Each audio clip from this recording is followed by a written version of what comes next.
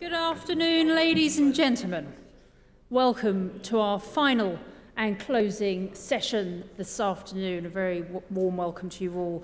It's now your chance to get involved with the Mumbrella Asia question time. And now please give a warm welcome to your moderator, Dean Carroll, publisher at Mumbrella Asia. Hello there, folks. Well done for staying this late in the day. We really appreciate it. And you're in for a real treat now with the finale to the Mumbrella 360 Asia conference. We have some of the industry's brightest and boldest minds on stage in this panel session. So first up, on my far right, not politically, but physically in the room, is Tobias Wilson, who's APD Singapore CEO and chairman of the IAB in Singapore. He's a man as respected for his regional expertise as he is for his understanding of creative and tech. Next up is the Director of Marketing for APAC and Japan, Ajay Mohan.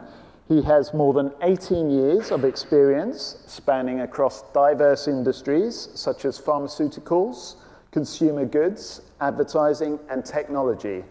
Ajay joined Intel back in 2011 and has worked in India, Germany, and Singapore during his long career. Then we have Roshni Matani. She is the founder and CEO of Tickled Media, publisher of parenting social network Parent Town, and media assets theasianparent.com and indusparent.com. She also co-founded the Female Founders Network. And then in a change to the program, Vivian Young, who was joining us from Mediacom, couldn't come along, but we have a better replacement in the room in Darren Woolley. Not as good looking. Darren is Trinity P3 founder and global CEO. He founded Trinity P3 back in 2000, and he told me in the speaker's lounge before coming on the stage today that he started back in 1986 in the industry, so a real wealth of knowledge on stage here today. Then we have MediaCorp Chief Commercial Officer, Parminder Singh, known to his friends as Parry. Before joining MediaCorp earlier this year, he worked for many of the big tech players, including Twitter, Google, IBM, and Apple. And he has an MBA, and as I said, is known to his friends as Parry. So maybe you can make the friend list after today. Let's see. Last but not least is Nicholas Yee. He joins us from the secret little agency, which he founded, and he's ECD there. He has built TSLA into an award-winning agency with offices in Singapore and Shanghai. And I guess you have other offices about to open around the world after the recent collaboration with Mother. Nicholas says he hates small talk and prefers instead to talk about ideas and how they can make the world a better place. So with that, let's indeed talk ideas and get straight into the questions. What we will do is open up to the floor, and I will just start with one broad question just to open things up. When I speak to people here in Singapore, people tell me it's been a very tough year for them. But I just wonder, with the global, regional, and local economic climate not as rosy as it once was, what sort of year has it been for your business? And perhaps if we could start with you, Roshni. Okay, great. So it's definitely been an interesting year for us. Singapore as a market has not been as stellar as we hoped it would be. So we had a pretty decent first quarter, but it started dipping after. But what really helps for us is that Singapore is just one of our 11 markets. So we're really a regional play, and markets like Indonesia and Thailand have just hit, done so well for us that it's compensated for Singapore not growing as rapidly. Okay. And Tobias, you'll have a broad overview as chairman of the IAB on how everyone is doing. How are things playing out in your ad tech land? Look, I mean, from the IAB's perspective, it's such a broad mix, from a membership base. So I mean, you know, I think some of our members are having, you know, a really stellar year, and some of them are doing it a little bit tough. And I think, you know, some of the old business models are being challenged, and that's evolution. And I think, you know, if they're not keeping up with that and transforming that, then they're ultimately paying the price from a profits perspective, or profit or revenue perspective. From an APD perspective, we've had a great year, so it's nice to buck the trend. I think we had a tougher year last year. We were only 2.5 years old as a brand since we brought all of the different practices together. So, and that's been a real challenge, and getting a bit of momentum within that team and getting those teams to work, you know, collaboratively and effectively and efficiently has certainly been a challenge, but has paid dividends this year. Okay. Ajay, if I could come to you and get a brand perspective on things. So if I look at all the macro trends that I'm see, globally, the GDPs are up. The stock markets are doing better than any other time in the recent future. It's 10th year of secular increase on the Dow Jones. Most companies are investing more, especially in this part of the world, and Intel is no different. I think we've had 3 incredibly strong quarters, and when I say Intel, I broadly reflect most of the technology industry, because we work with most of those companies. So yes, there is growth. Is all of that translating into more marketing dollars? Is that necessarily translating into advertising revenues? I think that linearity is still to be established. Okay, interesting. And Parry, let's hear from you. I know you're fairly new in the role, but you'll have a good lie of the land at MediaCorp. How are things playing out? Yeah, so in terms of advertising revenue, the growth has been just been constrained in this year. But they say a crisis is too good an opportunity to be missed, and that's how companies that have to transform should be looking at it, right? If everything is fine, then you tend to fall into a complacency. In a situation like this, advertisers, partners want to be more creative. Scarcity breeds creativity, and when you have to fight and justify each and every marketing dollar you spend, you have to be innovative. You have to think really hard. You have to think creative. And as our advertisers and as our marketers think creatively, that forces us and almost gives us the fuel to think creatively as well. So the kind of alliances, the kind of experiments, innovations that we've done this year, I think is also partially a function of course, our will to change, because we have to change, but also because our advertisers and our marketers are pushing us to think differently. And I think that's a good thing. Okay. Darren, are you seeing that appetite to think differently, and is it actually happening? Yeah, look, I think there's a huge amount of uncertainty. What we're actually seeing is marketers taking a lot more time to make decisions, because there is so much complexity, so much uncertainty in the marketplace. And it's not just in a particular market, it's actually globally. And every market seems to have different reasons for this uncertainty. I mean, generally, it's the complexity, it's the uncertainty about technology, it's the variability in customer confidence, but it's also geopolitical. In the UK, we've got Brexit and still don't know what that means. In the US, with the Trump election, people are still unsure what that means. But certainly the stock exchange is up. I'm totally at 180 degrees from you. Yeah, so we're actually seeing people struggling with, what should I be doing? They know they need to do something, but they're taking forever to consider what to do. Okay. And let's finally move to you, Nick. You've had some great account wins of late, so I guess it's pretty rosy in TSLA land. We're doing okay. I say that very candidly. I think the market forces polarization. We're polarized creative, and I think times like these definitely call for you to not play it safe. I think the great Bill Bernbeck said, playing it safe is like the riskiest thing you can do in a time of a recession. So I think we only get 30 to 35 shots of a campaign a year. We try not to fuck it up. We try to make sure everything counts, you know. We try not to hide anything in our books. We try not to hide anything on our website, because everything needs to be visible and everything needs to be great. And you know, I mean, when we're not creative anymore, I think it shows, and you know that there's no hiding or lying behind that. So I mean, I think that's all we can do. I mean, be creative. You know? Okay. Yeah. Okay. And with that, we'll open up to the floor. Just a couple of housekeeping things. Please keep your questions short and announce your name and which organisation you're from. Does anyone want to go first? Okay, we have the lady at the front here. There's a mic. The mic? Yep. Great.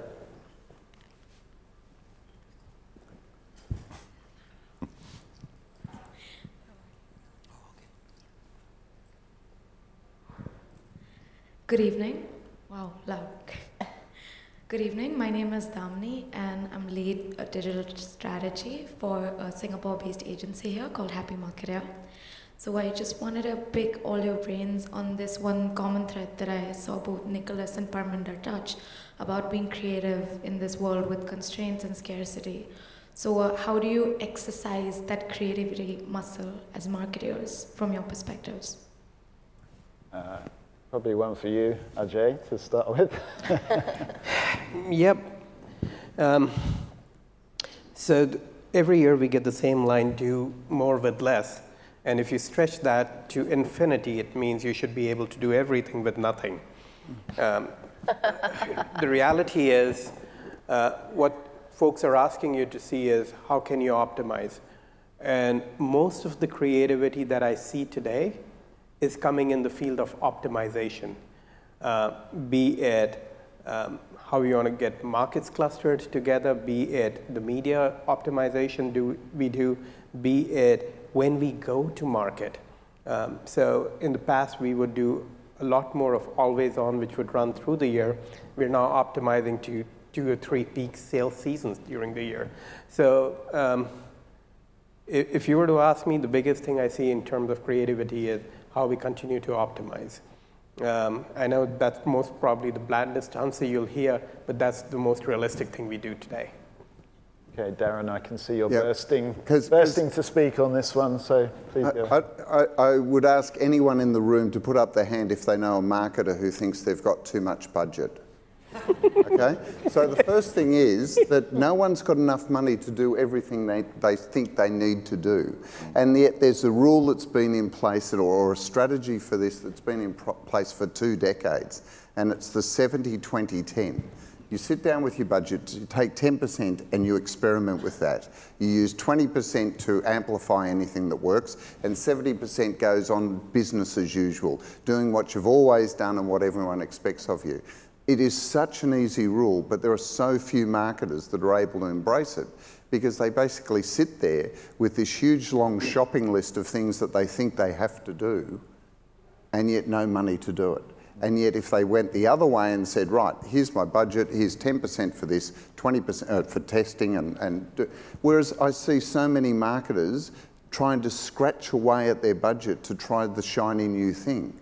If you actually structure this, it becomes a much more manageable approach to do something creative. Okay.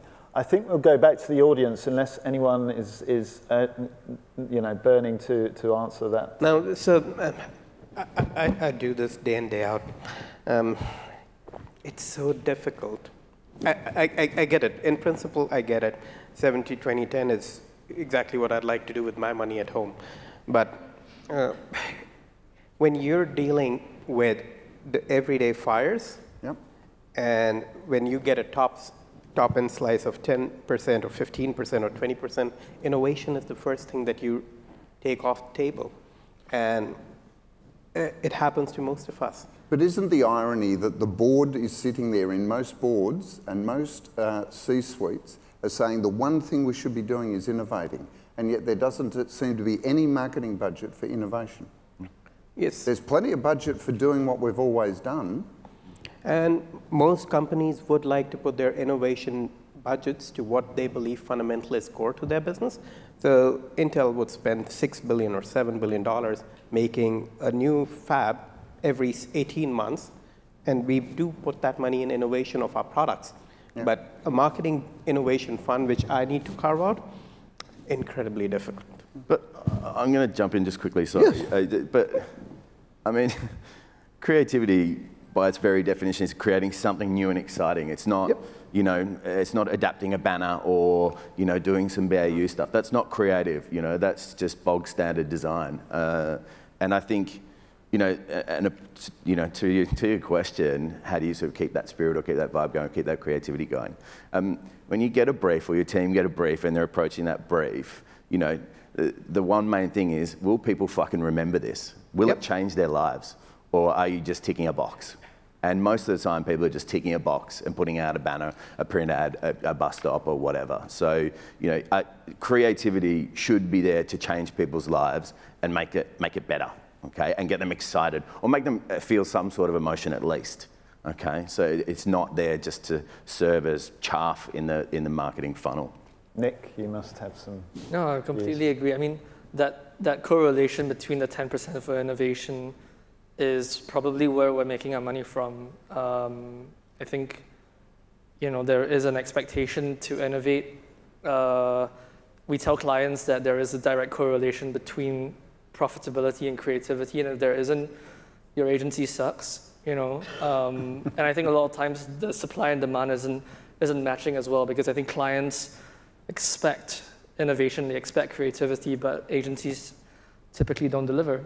So I mean, I'm not saying that we deliver, I'm saying that we try very hard to get it right, you know, and with whatever tools given to us, resources, whatever the landscape throws at you at this given point in time, you're trying to make the best of what you have, because all the tools that we have, all the tools that we know, all the medias we're employing, they're being reinvented constantly. So, you know, the only way to get around it is really by rolling your sleeves up and, you know, finding new ways to engage. Okay. And then I just think that it's moving creativity beyond the message to actually finding new channels and ways to engage, which is something we're quite interested in doing, but we, you know, in Singapore, you know how regulated the media landscape is. So that's Harry certainly does. Fun, yeah. No, but here's, you know, I'm not completely aligned with the notion of creativity being linked to marketing budgets. In fact, scarcity is a bigger driver of creativity than abundance.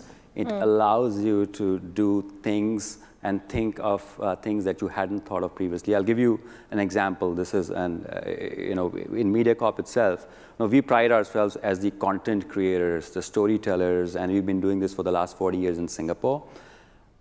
But the last few months or the year or so have given us a realization that all the content creation talent will not be within working for MediaCorp.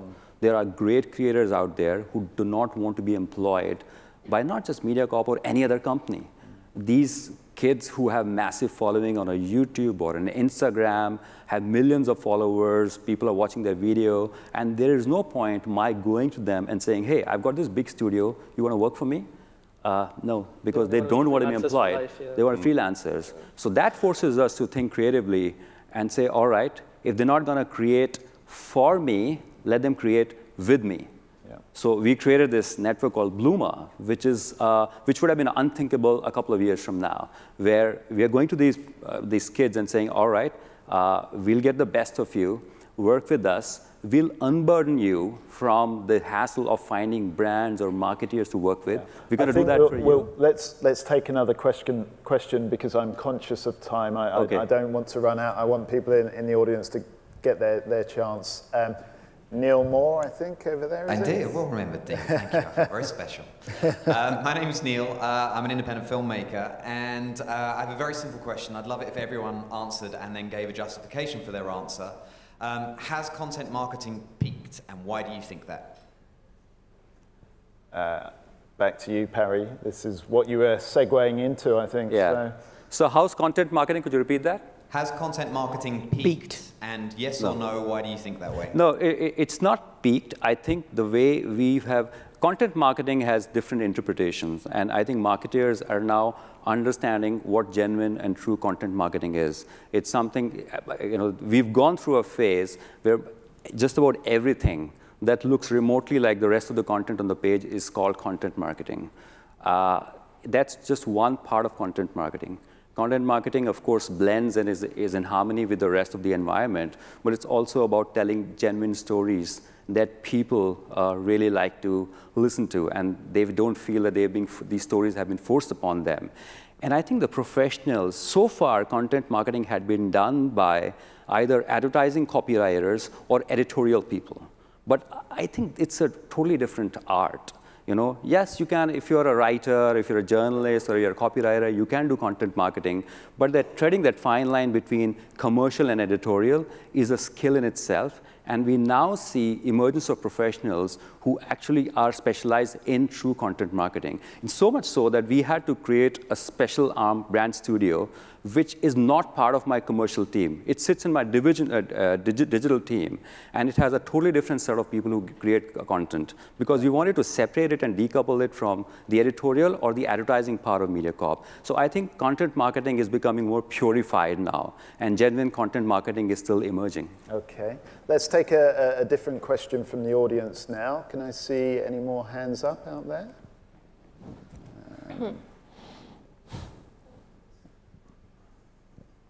Hello. Yeah, hi, I'm Andrew, I'm from IKEA. My question is, do you think that the era of the AOR model and Fed retainers is coming to an end? And what's a better alternative? I'm sorry, could you repeat that? The AOR model. Agency return. Agency, Yeah. I bloody hope so. No, I seriously do. I think, if you're working with a partner, if you have a true partner that understands your business and understands the value that they're delivering to your bottom line, then why would you go and keep shopping every 12 months or every 2 years? I think it's ridiculous for everybody. It takes marketers away from what they should be doing. It takes agencies or whatever away from what they should be doing. It should be long-term. Everybody should be looking for long-term partnerships, and it should be Kaizen should be continuously improving, continuously getting better, and that's what long-term relationships do. Otherwise, in our private lives, we would we would go to a wife of record pitch, every 12 months or something like that. It's ridiculous. It should be a long-term relationship. You should intrinsically understand each other, and it should get better over time. Okay. And we'll go back to the audience again, if we may. Do I see Andrea with her hand up just there? Just wait for the mic. It won't be a sec. Just so everyone can hear you. Great. Completely different topic. Hi, I'm Andrea, the digital conversationalist. We had the Weinstein scandal, yeah? You know where I'm going? Cindy Gallop has challenged the industry to uncover what's going on. Who would like to offer an opinion? Do we have a big problem in Asia? How is it going to be resolved? What do we all need to do about it to get rid of it? Okay. Sorry, repeat that question. Repeat that one more time. Weinstein. So, sexual harassment. Yeah.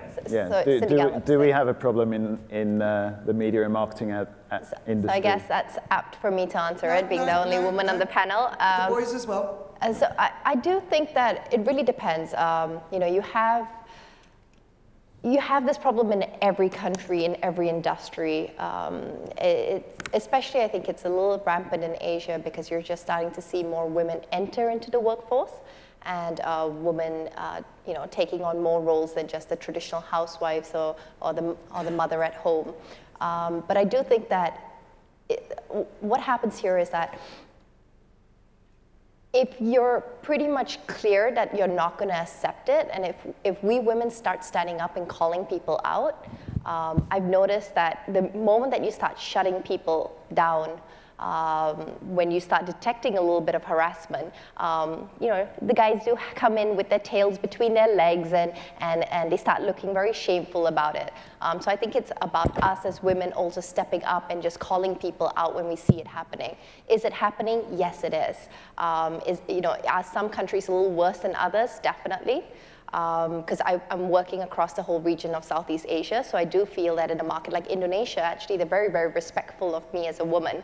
I've not necessarily experienced that here in Singapore. So especially when I first started off my career, I remember I would bring some male executives for meetings, and there would be, senior level people at agencies or senior level brand managers that would not even speak to me. They would direct the question to my male counterpart, who was actually reporting to me, because they were like, "You're a young girl, what do you know?"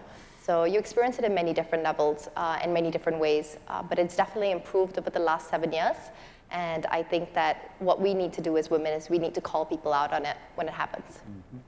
Tobias, you look like you have some strong views on this one. Yeah, I do. I mean, there's no soft blow here. It's fucking gross.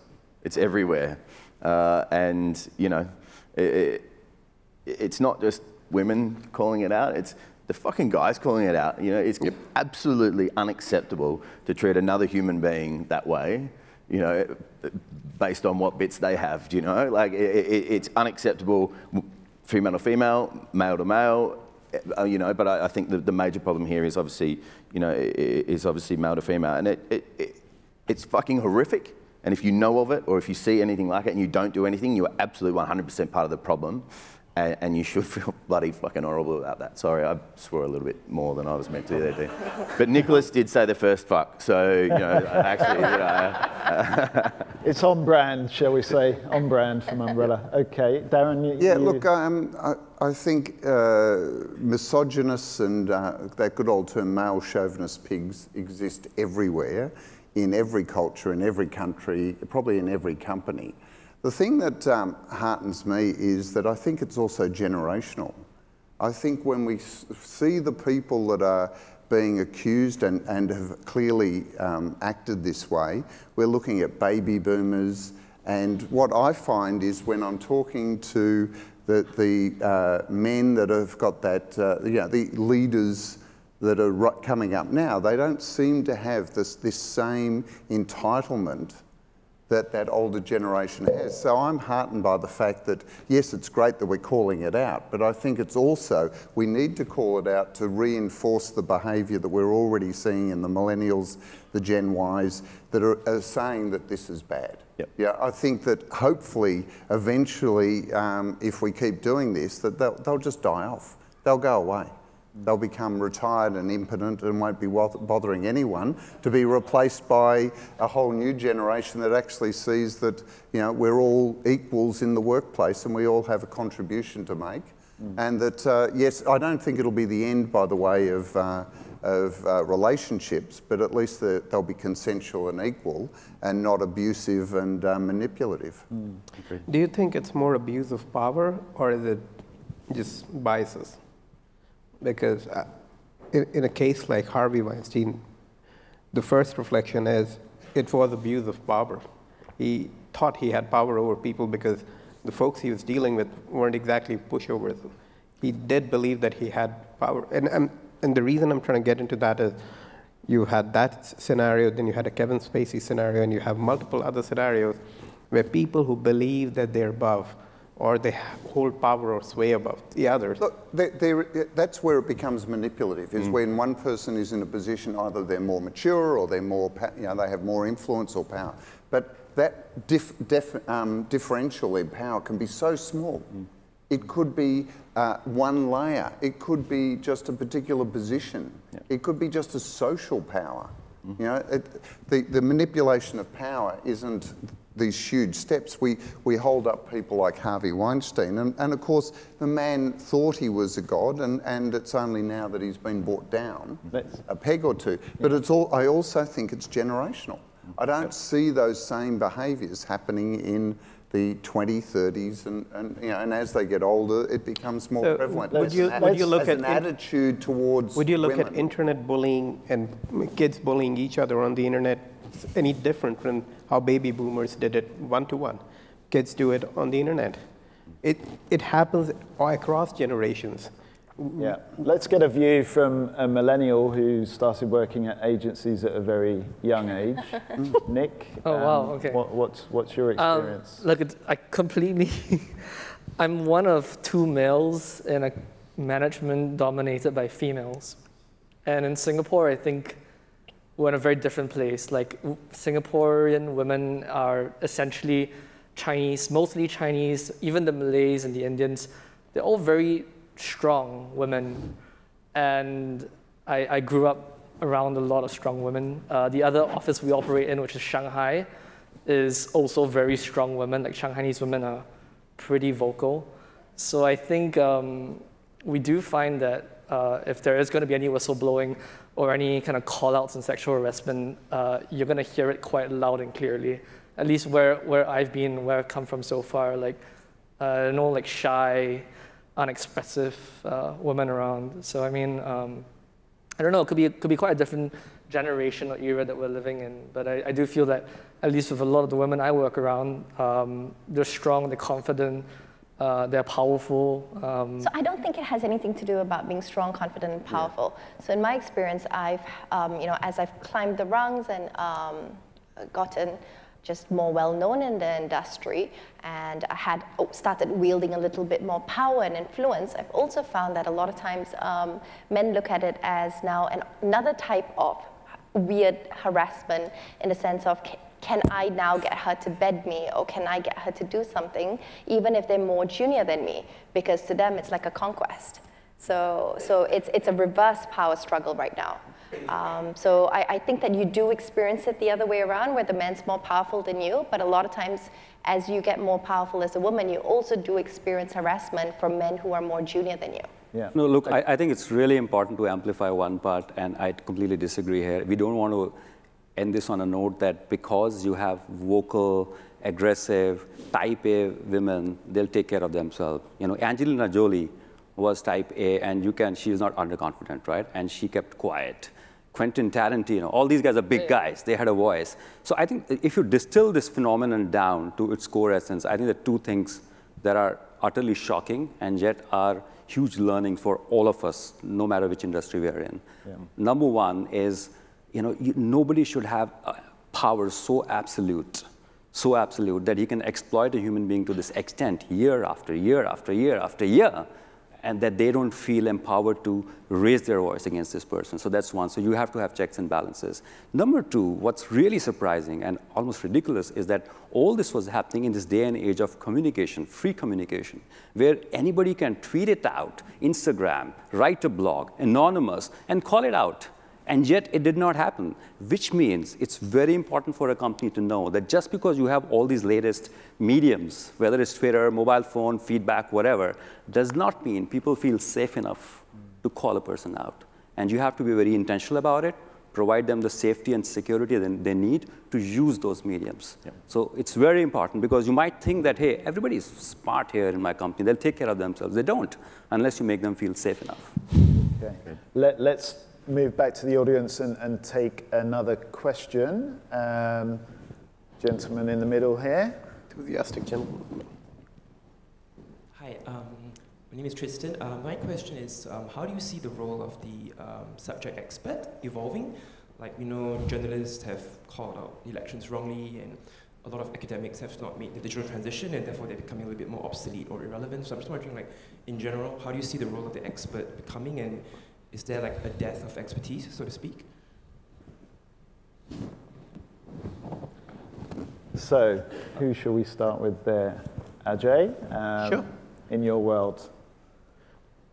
No, actually, I look at it on the contrary. I think the more subject matter expertise you have, the better you will be as we look forward, because those are core skills everyone is seeking. Yes, you may not work in a particular field or with a particular entity, like Barry was talking about, but if you believe that you have a core expertise that you bring to the table and it's a marketable skill, there is always your ability to go out there and get the best value for your skill.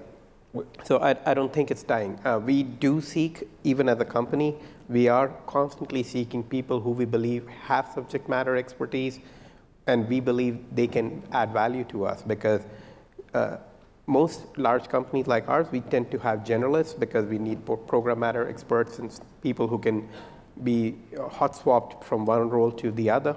So you're always looking for people who can bring that external perspective, that subject matter expertise.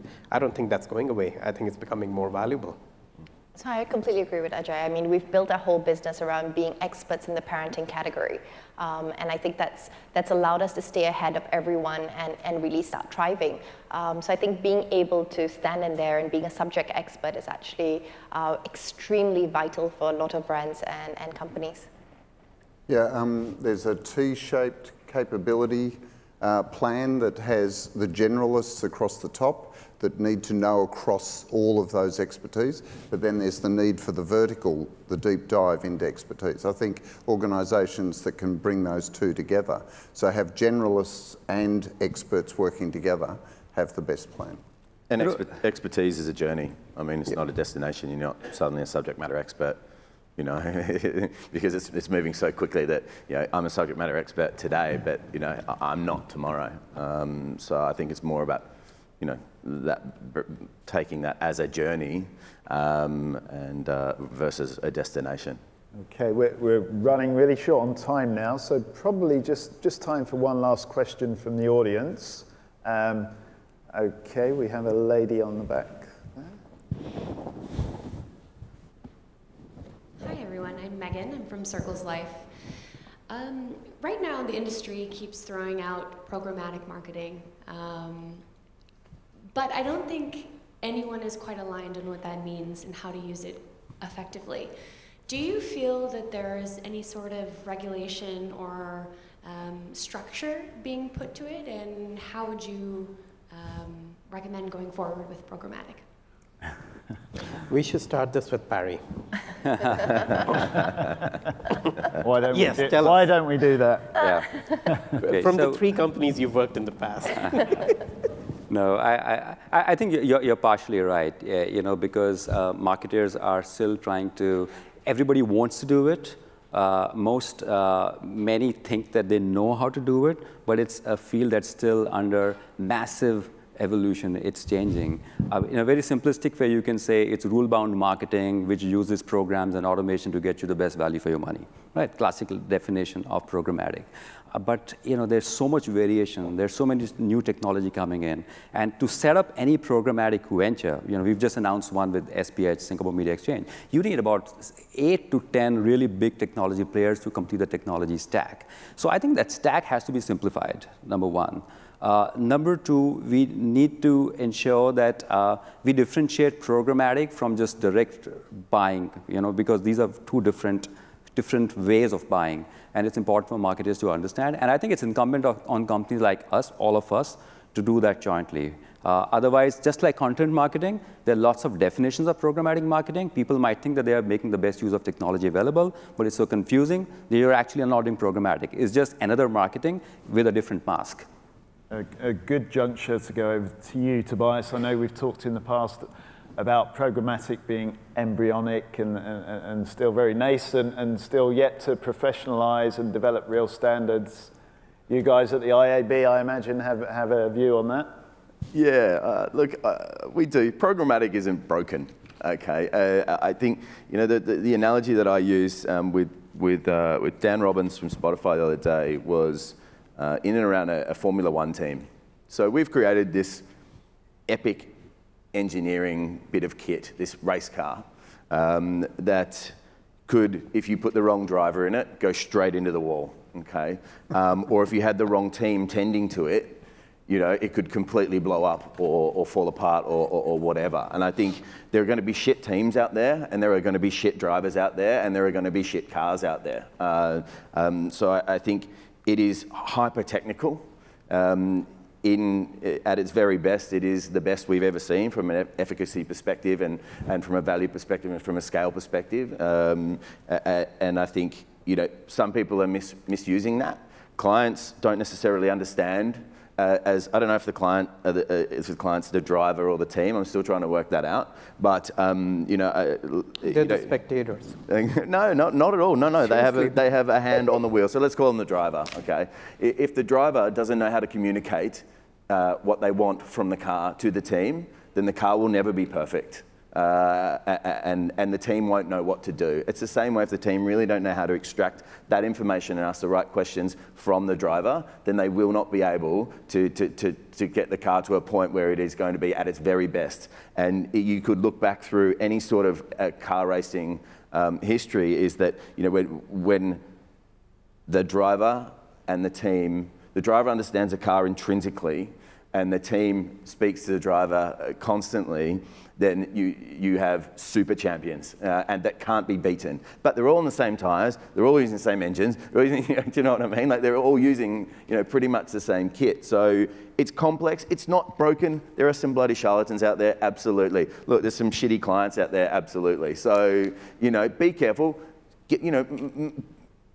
educate yourself to a point, you know, as a driver, that you know what you need to get out of it. But also at the same time, it's just another medium to drive bottom line results. So if you are expecting a return on that investment, then track the return on the investment. Don't necessarily go through the supply chain. I think Tristan was saying this yesterday, is I don't give a shit if 40% of my money goes to ad tech. You know, how much does the farmer get for his produce? And do you go to cold storage and ask them to break down the supply chain? How much does an iPhone cost? You know, you get a value from that bunch of bananas, and you get value, there's a perceived value from that phone, and you should have a perceived value or a barometer or a benchmark of what you should be extracting from programmatic. And if you're not, then something is broken and then you need to adjust it. But if it's just you're expecting a golden bullet, either as a programmatic company or ad tech or whatever, or a media agency or a client, then you're mental. It's just like pretending that blockchain is going to solve everybody's problems straight away. It's not. It's going to be really clunky,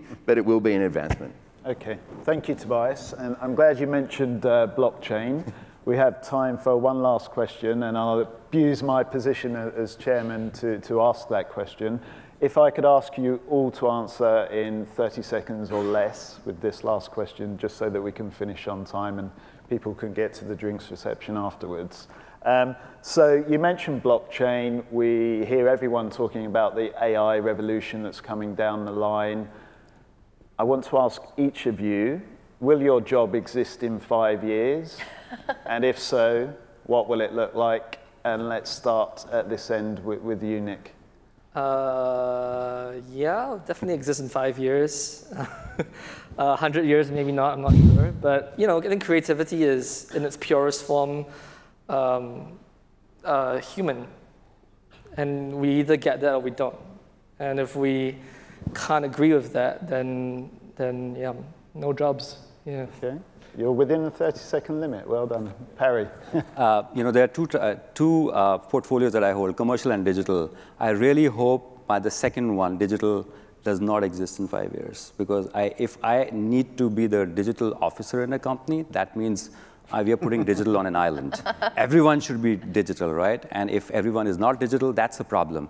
So somebody has to make the money. So I'll take the commercial part. But hopefully, everyone will be a digital officer, not just me. Okay. Darren, over to you. Yeah, look, as long as there's marketers worrying that they're not optimising their marketing performance, then I'm going to have a job, so of course. Okay. Very short indeed. Roshni. Yeah, I think you still need to have the human touch and the human element. So I definitely do think that most of the positions in our company will still exist. And personally, for me as CEO, it's really about motivating people and you know, managing up, managing down, right? Which is a very human skill. Okay. I don't know. And the reason I say that is I look at digital transformation conversations. We are talking about talking to machines and how we communicate 2 to 3 years from now. Yes, there will be a need to go to market. Yes, there will be a need to demonstrate how your brand differentiates from others. Will that be done by marketing or will that be done by another organization? I don't know. Okay. So I reserve the right to say. That's candid of you to admit. Tobias. Yeah, I mean, yes, I believe that businesses like APD will still be around in 5 years and they will need leadership and will still be businesses that, you know, our clients and things will still have business problems that need addressing. So what that will look like, you know, I expect my team structure to be very different. I expect a lot more of it to be automated to an extent. I think I think we're going to see the democratization of data and the decentralization of that, and I think that will have a massive effect on the market and what we do from a media perspective, and who owns that data, and where is that, where is the value chain then, and what happens to all of the technology in the middle, in between.